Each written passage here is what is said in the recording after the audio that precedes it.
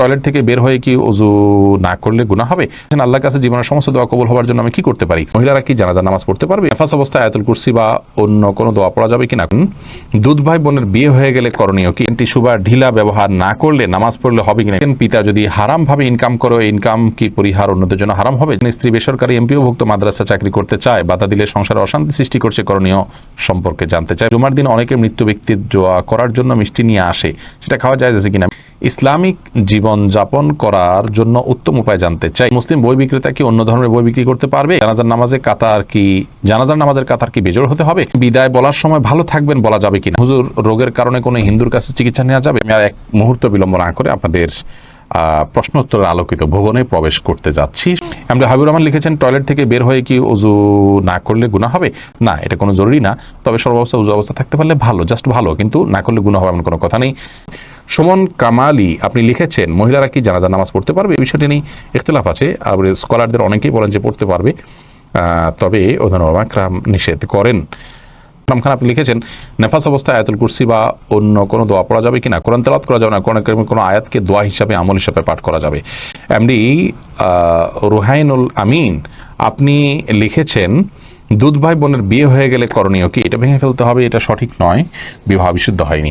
এমনি শাকিরুল ইসলাম লিখেছেন, টিস্যু বা ঢিলা ব্যবহার না করলে নামাজ পড়লে হবে কিনা একটু জানাবেন। আপনি যদি পবিত্রতা অর্জন করেন পানি দিয়ে এবং ভালোভাবে করেন, আপনি নিশ্চিত হন যে আর পেশাব বের হয়নি, তাহলে সেক্ষেত্রে আপনার নামাজ হয়ে যাবে। আপনার পবিত্রতাটা নিশ্চিত করাটা হলো মূল বিষয়। এমদাদুল হক আপনি লিখেছেন, পিতা যদি হারাম ভাবে ইনকাম করে, ইনকাম কি পরিহার অন্যদের জন্য হারাম হবে? যার নিজস্ব ইনকাম করার সুযোগ আছে তিনি তার উপার্জন নির্ভর করবেন, হারাম উপার্জনের উপর নির্ভর করবেন না। যদি অন্য কোনো উপার্জন না থাকে তাহলে সেক্ষেত্রে বিকল্প হিসাবে ছোট শিশু আছে, নিরুপায় আছে, আপনার জন্য এটা জায়েজ হবে।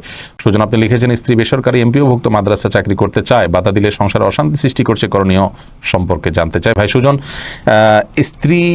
কে বোঝাতে হবে, কোনো ভালো আলেম দিয়ে, তাকে দিনই চেতনা তার ভিতরে তৈরি করতে হবে এবং তাকে হাত খরচ দিতে হবে, তার প্রয়োজন মেটানোর চেষ্টা করতে হবে, এটা করা উচিত।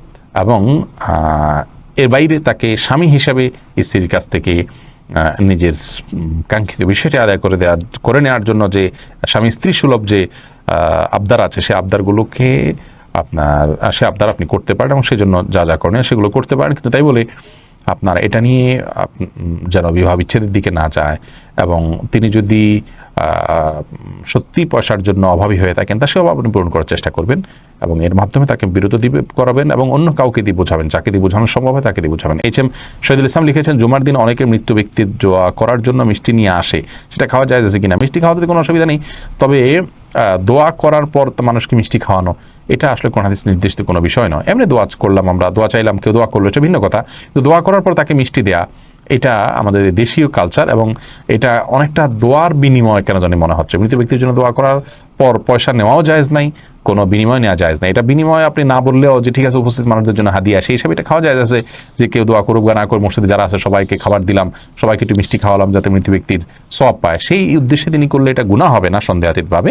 সেই জন্য বললাম এটা খাওয়া জায়েজ আছে, বাট দোয়া করেছেন তার জন্য মিষ্টি এরকম যেন না হয়। বিষয়টা, এই কালচারটা একটা পরিবর্তন আমাদের আসা উচিত আসলে, কিন্তু এটা খেলে যে হারাম হবে তা কিন্তু না। এমডি রাফাতুর রহমান নূর আপনি লিখেছেন, ইসলামিক জীবন যাপন করার জন্য উত্তম উপায় জানতে চাই। এটা তো দীর্ঘ আলোচনা সাপেক্ষ বিষয়। ইসলাম জীবন যাপন করার জন্য ইসলাম সম্পর্কে আপনি জানবেন, সেই অনুযায়ী আমল করবেন, ভালো একটা পরিবেশ নেবেন, যে পরিবেশে কোন হাদিস অনুযায়ী আপনি চলতে পারেন। আব্দুল্লাহ আমান জানতে চেয়েছেন, মুসলিম বই বিক্রেতা কি অন্য ধর্মের বই বিক্রি করতে পারবে? অন্য ধর্মের ধর্মীয় বই যদি হয় সেটা বিক্রি করা কোনো মুসলমানের জন্য জায়েজ নয়, কারণ সেই বই বিক্রি করা মানে হলো তাকে সেই ধর্ম চর্চা করতে, আপনি আল্লাহর বিরুদ্ধে শিরক করতে বা কুফরি করতে আপনি তাকে সাহায্য করছেন, সেটা আপনার জন্য জায়েজ নয়। মোহাম্মদ রিদওয়ানুল বাশির লিখেছেন, জানাজার নামাজের কাতার কি বেজোড় হতে হবে? জানাজার নামাজের কাতার এটা বেজোড় হতে হবে এমন কোনো শর্ত নেই। আমরা অনেক মনে করি যে জানাজা নামাজের কাতার এটা বেজোড় হতে হবে 3, 5 বা 7, এরকম কোনো আবশ্যকতা নেই। হারুনা রশিদ লিখেছেন, বিদায় বলার সময় ভালো থাকবেন বলা যাবে কিনা? ভালো থাকবেন এটা বলাতে বড় কোনো অসুবিধা নেই। মুসলমান যখন ভালো থাকবেন বলার এর উদ্দেশ্য হলো যে আল্লাহর কাছে দোয়া করি আপনার জন্য ভালো থাকেন, এটা উজ্জ্বল থাকে। কিন্তু আপনি উজ্জ্বল করার জন্য আর জিনিস খুঁজে পান না, আল্লাহ নামটা কেন উজ্জ্বল করবেন? আপনি বলবেন আল্লাহ আপনাকে ভালো রাখুন, এভাবে বলবেন।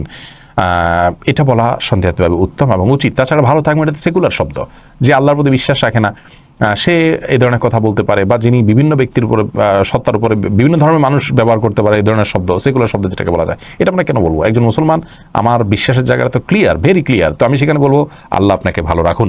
তবে হ্যাঁ, ভালো থাকবেন যদি আপনার মনের উদ্দেশ্য থাকে যে আল্লাহ আপনাকে ভালো রাখবেন, এটা উদ্দেশ্য নিয়ে আমি বলছি ভালো থাকবেন, তাহলে সেক্ষেত্রে আপনার জন্য এটা বলা গুনাহের বিষয় নয়। সাজিদ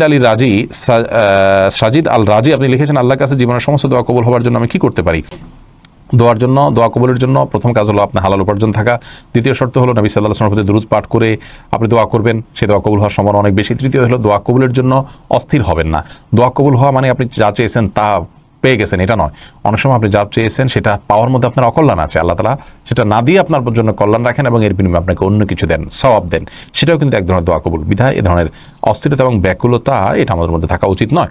নবী আলাইহিস সালাম বলেছেন যে দোয়া বান্দার কবুল হয় মালাম ইয়াস্তাজিল, যদি সে তাড়াহুড়ো না করে। তাড়াহুড়ো করা মানে হলো দোয়া করলাম হচ্ছে না কেন, কাঙ্ক্ষিতটা পাওয়াটাই মনে করি আমরা দোয়া কবুল হওয়া, এই দৃষ্টিভঙ্গি থেকে আমাদেরকে বেরিয়ে আসতে হবে। হাফিজ আকবর হোসেন খান লিখেছেন, হুজুর রোগের কারণে কোনো হিন্দুর কাছে চিকিৎসা নেওয়া যাবে? যদি তিনি আপনাকে অ্যাজ এ চিকিৎসক আপনাকে ট্রিটমেন্ট দেন, তাহলে এটা করাতে কোনো অসুবিধা নেই।